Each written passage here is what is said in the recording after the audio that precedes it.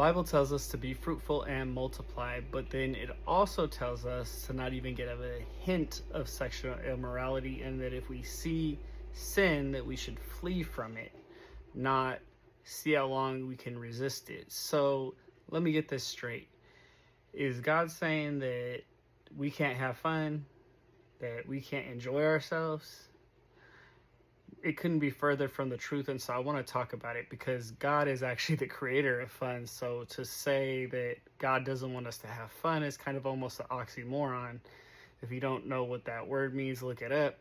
But essentially what I'm saying is that God has a purpose and a plan behind everything he does and everything he says and every rule he sets for us, and it's all supposed to work for our good.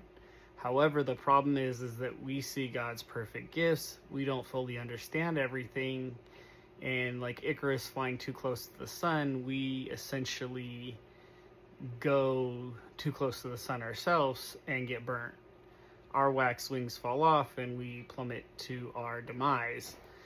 And so when it comes to relationships, essentially what happens is, and I didn't understand this for a long time, and so many relationships that I was in failed because essentially I didn't do things the way God says to do them, and instead I did them my way and not Yahweh's way. So essentially what happens is that when we seek out the physical relationship over the spiritual relationship, over the mental relationship, we get infatuated, and then in that courtship phase we're never able to really get to know the person and build that trust and that friendship.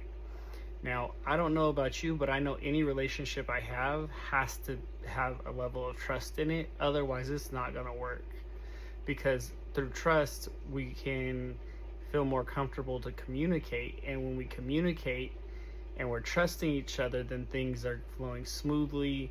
And even when, storms come, we can still work it out together, because that's what a strong friendship does. And so the storm doesn't destroy the house. Instead, the house is on a firm foundation, and so it stands firm in the midst of that storm.